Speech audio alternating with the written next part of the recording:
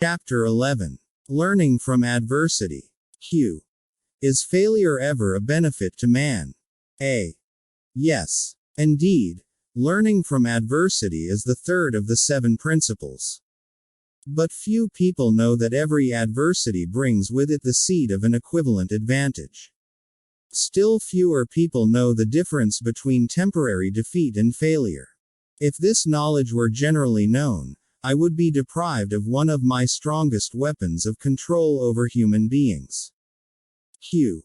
But I understood you to say that failure is one of your greatest allies. I got the impression from your confession that failure causes people to lose ambition and quit trying, and then you take them over without opposition on their part. A. That is just the point. I take them over after they quit trying. If they knew the difference between temporary defeat and failure, they would not quit when they meet with opposition from life. If they knew that every form of defeat, and all failures, bring with them the seed of unborn opportunity, they would keep on fighting and win. Success usually is but one short step beyond the point where one quits fighting. Q. Is that all one might learn from adversity, defeat, and failure? A. No, that is the least of what one might learn. I hate to tell you this, but failure often serves as a blessing in disguise because it breaks the grip of hypnotic rhythm and frees the mind for a fresh start. Q. Now we are getting somewhere. So you have confessed, at long last, that even nature's law of hypnotic rhythm can be and often is annulled by nature herself. Is that correct? A. No, that is not stating the matter accurately. Nature never reverses any of her natural laws. Nature does not take away a human being's freedom of thought through hypnotic rhythm. The individual gives up his freedom by abuse of this law. If a man jumped from a tree and was killed by the sudden impact of his body with the earth, through the law of gravity, you wouldn't say nature murdered him, would you? You would say the man neglected to relate himself properly to the law of gravity. Q. I am beginning to see. The law of hypnotic rhythm is capable of both negative and positive application. It may drag one down to slavery through loss of the privilege of freedom of thought, or it may help one rise to great heights of achievement through the free use of thought, depending on how the individual relates himself to the law. Is that correct? A. Now you have it right. Q. But what about failure? One does not fail intentionally, with purpose aforethought. No one encourages temporary defeat. These are circumstances over which the individual often has no control whatsoever. How, then, can it be said that nature does not take away one's freedom of thought when failure destroys ambition, willpower, and the self-confidence essential to make a fresh start? A. Failure is a man-made circumstance. It is never real until it has been accepted by man as permanent. Stating it another way, failure is a state of mind. Therefore, it is something an individual can control until he neglects to exercise this privilege. Nature does not force people to fail. But nature does impose her law of hypnotic rhythm upon all minds, and through this law gives permanency to the thoughts which dominate those minds. In other words, failure thoughts are taken over by the law of hypnotic rhythm and made permanent if the individual accepts any circumstances as being permanent failure. That same law just as readily takes over and makes permanent thoughts of success.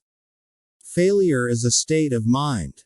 Therefore, it is something an individual can control until he neglects to exercise this privilege. Can this be true?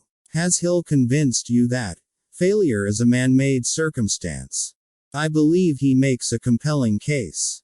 If I look closely at my life, my own successes and failures in business, mistakes, and missteps, can I claim that anyone is responsible other than myself? Will a personal inventory of your life yield different results? Hill has helped me place a different value on failure than I did in the past. Q. What part, then, does failure play in helping an individual break the grip of hypnotic rhythm after that law has been fastened upon his mind? A. Failure brings a climax in which one has the privilege of clearing his mind of fear and making a new start in another direction. Failure proves conclusively that something is wrong with one's aims or the plans by which the object of these aims is sought. Failure is the dead end of the habit path one has been following, and when it is reached it forces one to leave that path and take up another, thereby creating a new rhythm. But failure does more than this. It gives an individual an opportunity to test himself wherein he may learn how much willpower he possesses. Failure also forces people to learn many truths they would never discover without it. Failure often leads an individual to an understanding of the power of self-discipline without which no one could turn back after having once been the victim of hypnotic rhythm. Study the lives of all people who achieve outstanding success in any calling and observe, with profit, that their success is usually in exact ratio to their experiences of defeat before succeeding. Failure brings a climax in which one has the privilege of clearing his mind of fear and making a new start in another direction. Hugh, is this all you have to say of the advantages of failure? A. No, I have barely begun. If you want the real significance of adversity, failure, defeat, and all other experiences which break up a human being's habits and force him to form new habits, watch nature at her work. Nature uses illness to break the physical rhythm of the body when the cells and organs become improperly related. She uses economic depressions to break the rhythm of mass thought when great numbers of people become improperly related through business, social, and political activities. And she uses failure to break the rhythm of negative thought when an individual becomes improperly related to himself in his own mind. Observe carefully and you will see that everywhere in nature there is always at work a natural law which gives eternal change to all matter, all energy, and to the power of thought. The only permanent thing in the universes is change. Eternal, inexorable change through which every atom of matter and every unit of energy has the opportunity to properly relate itself to all other units of matter and energy.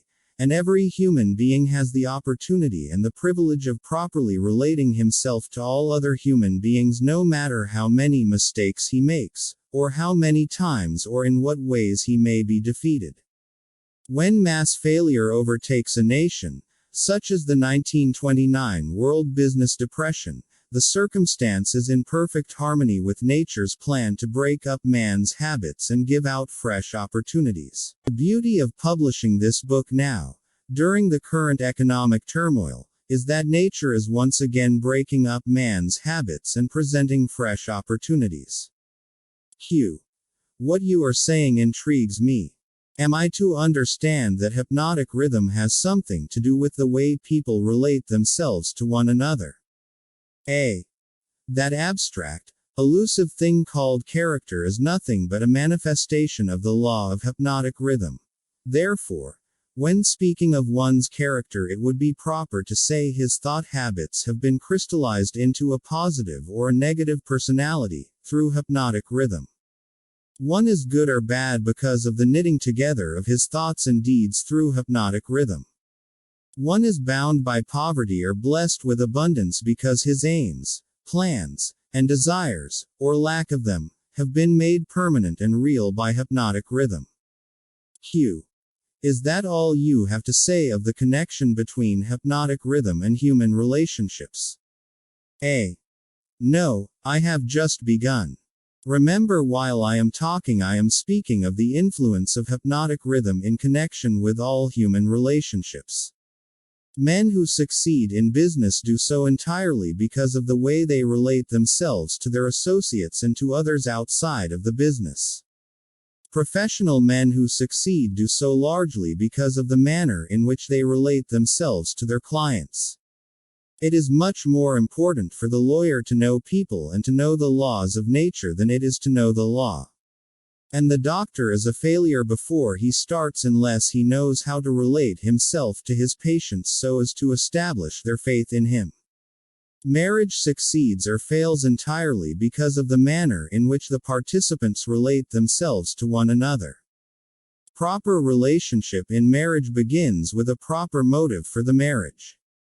Most marriages do not bring happiness because the contracting parties neither understand, nor attempt to understand, the law of hypnotic rhythm, through the operation of which every word they speak, every act in which they engage, and every motive by which they are inspired to deal with each other is picked up and woven into a web that entangles them in controversial misery or gives to them the wings of freedom through which they soar above all forms of unhappiness. Every newly made acquaintanceship between people ripens into friendship and then into spiritual harmony, sometimes called love, or plants a germ of suspicion and doubt which evolves and grows into open rebellion, according to the way in which the participants in the acquaintanceship relate themselves to one another. Hypnotic rhythm picks up the dominating motives, aims, purposes, and feelings of the contacting minds and weaves these into some degree of faith or fear, love or hatred. After the pattern has taken definite shape, as it does with time, it is forced upon the contacting minds and made a part thereof. In this silent way does nature make permanent the dominating factors of every human relationship. In every human relationship the evil motives and the evil deeds of the contacting individuals are coordinated and consolidated into definite form and subtly woven into that all-important human trait known as character.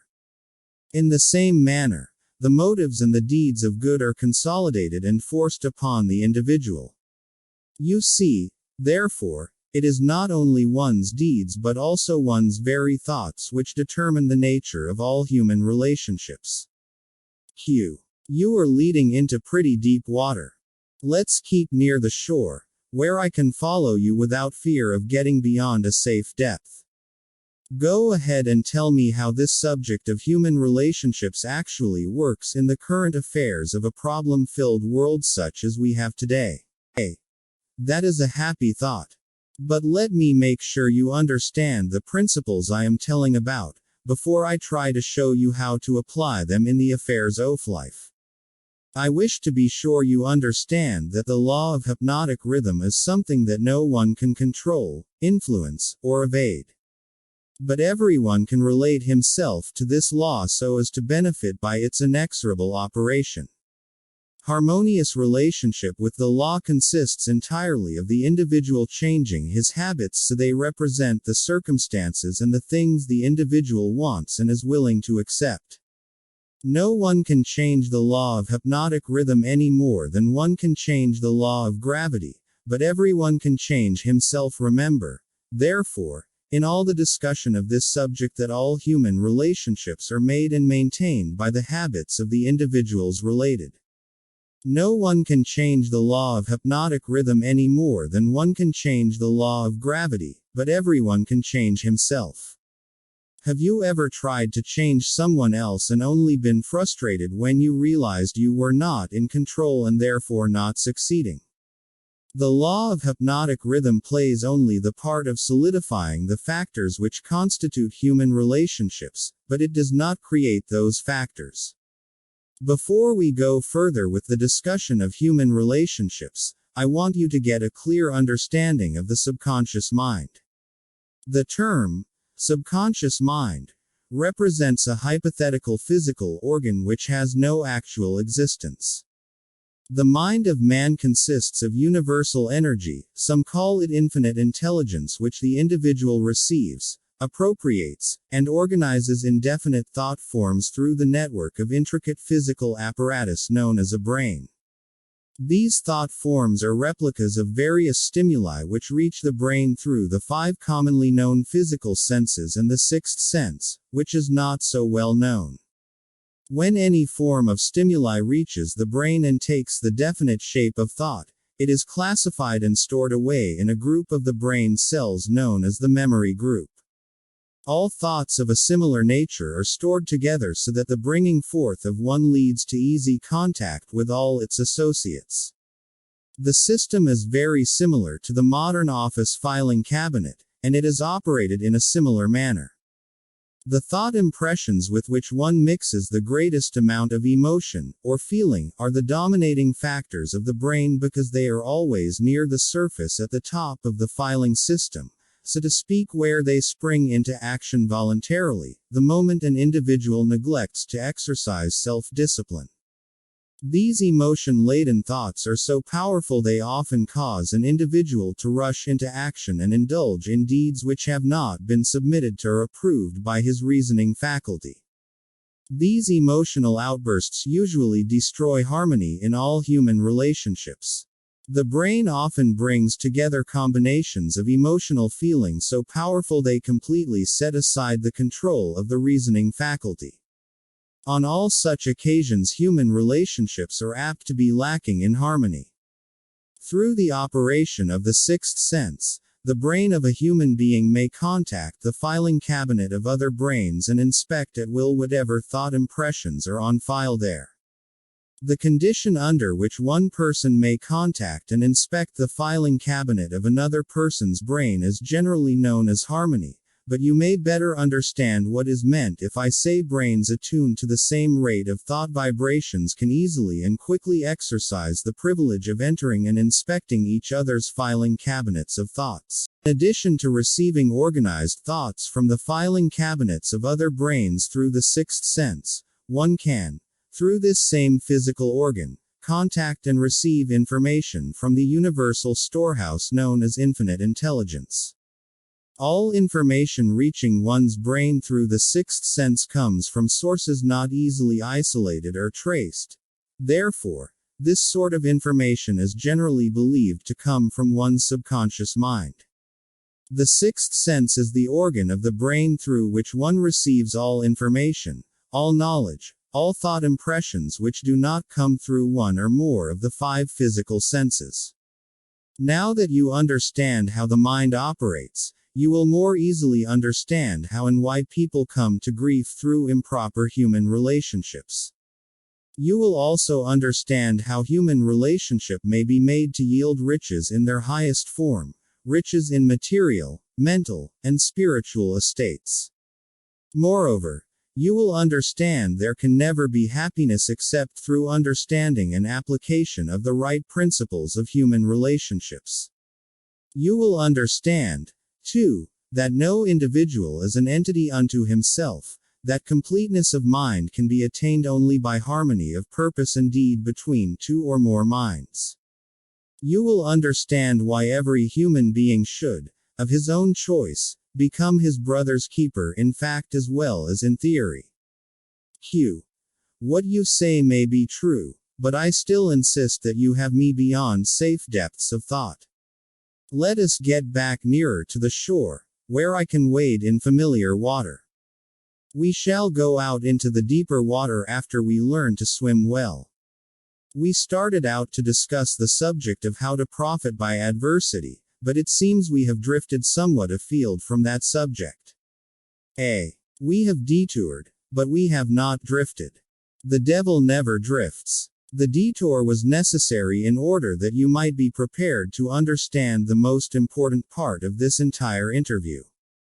We are now ready to get back to the discussion of the subject of adversity.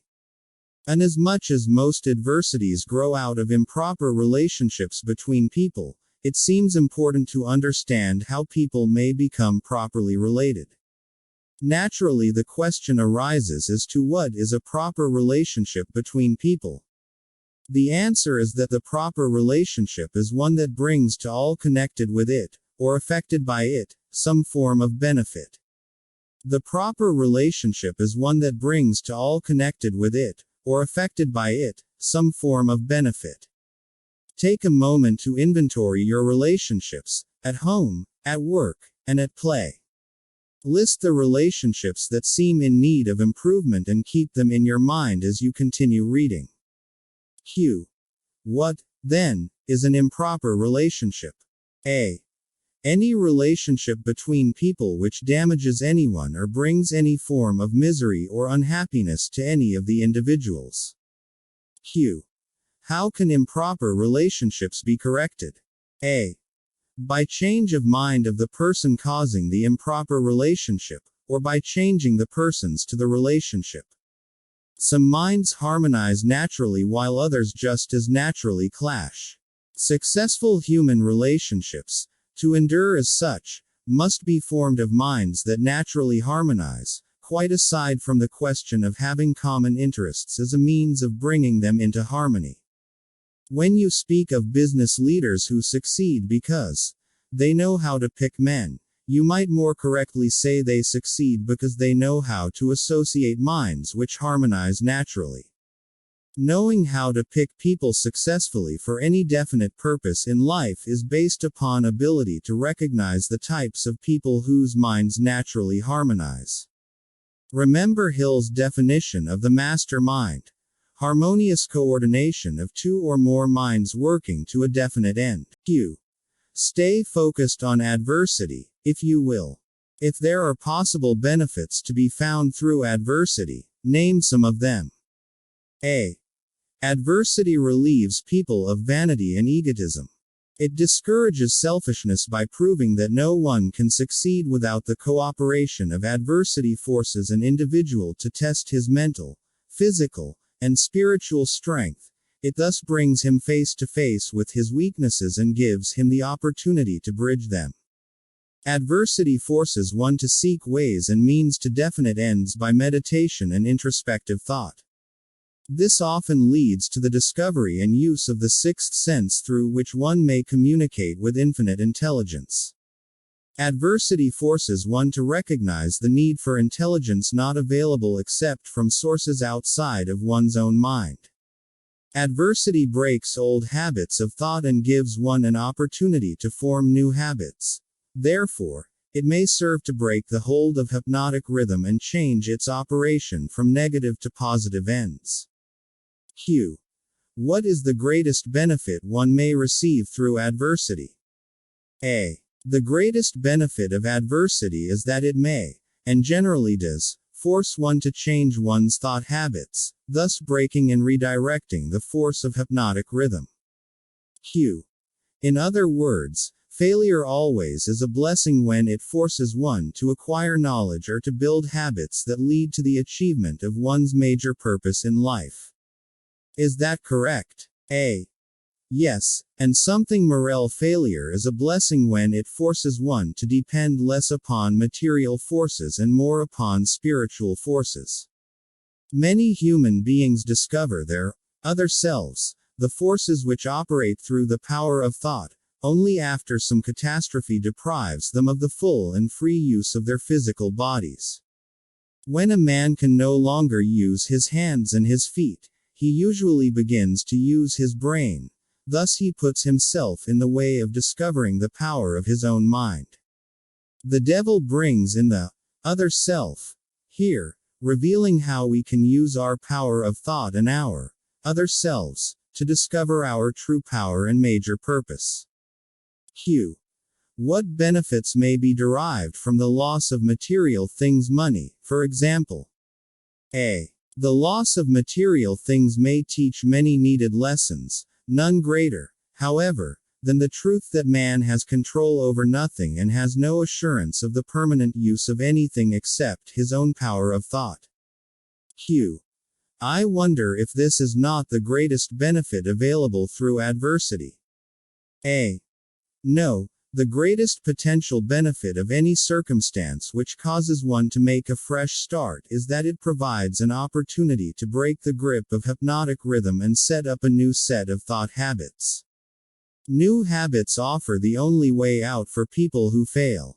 Most people who escape from the negative to the positive operation of the law of hypnotic rhythm do so only because of some form of adversity which forces them to change their thought habits.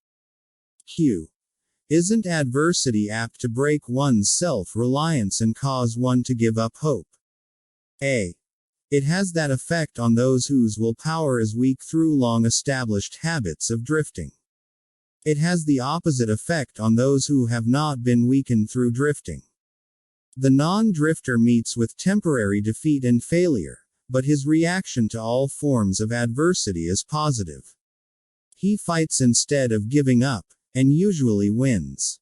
Life gives no one immunity against adversity, but life gives to everyone the power of positive thought, which is sufficient to master all circumstances of adversity and convert them into benefits.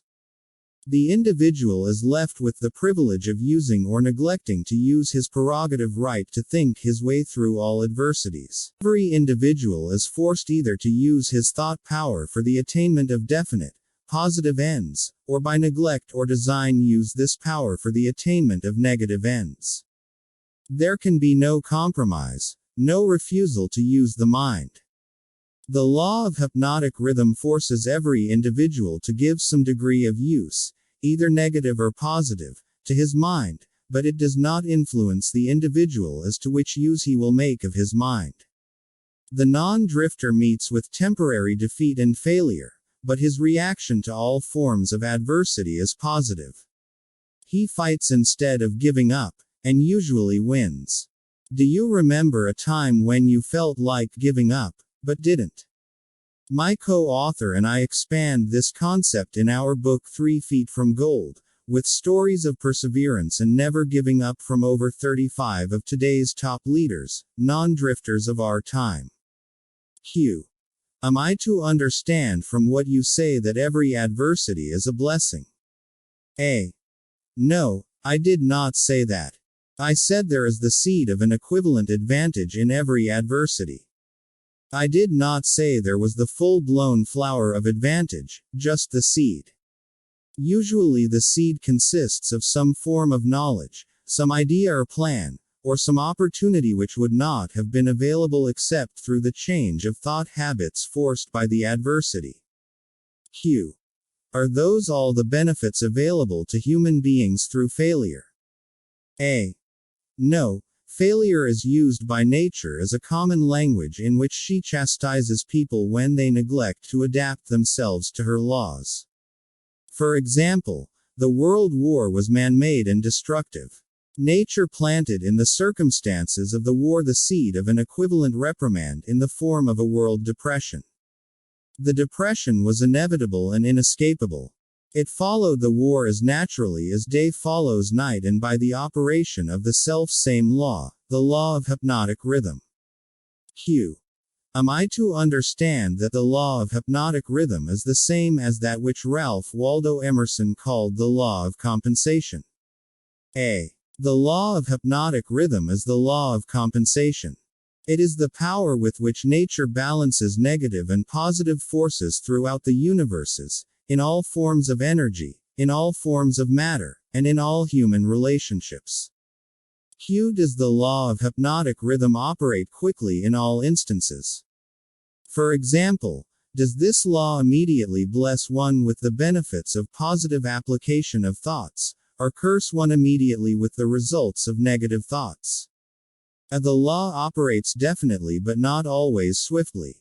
Both the benefits and the penalties incurred through the law by individuals may be harvested by others, either before or after their death. Observe how this law works by forcing upon one generation of people the effects of both the sins and the virtues of preceding generations. In the operation of all of nature's laws, the fourth dimension, time, is an inexorable factor.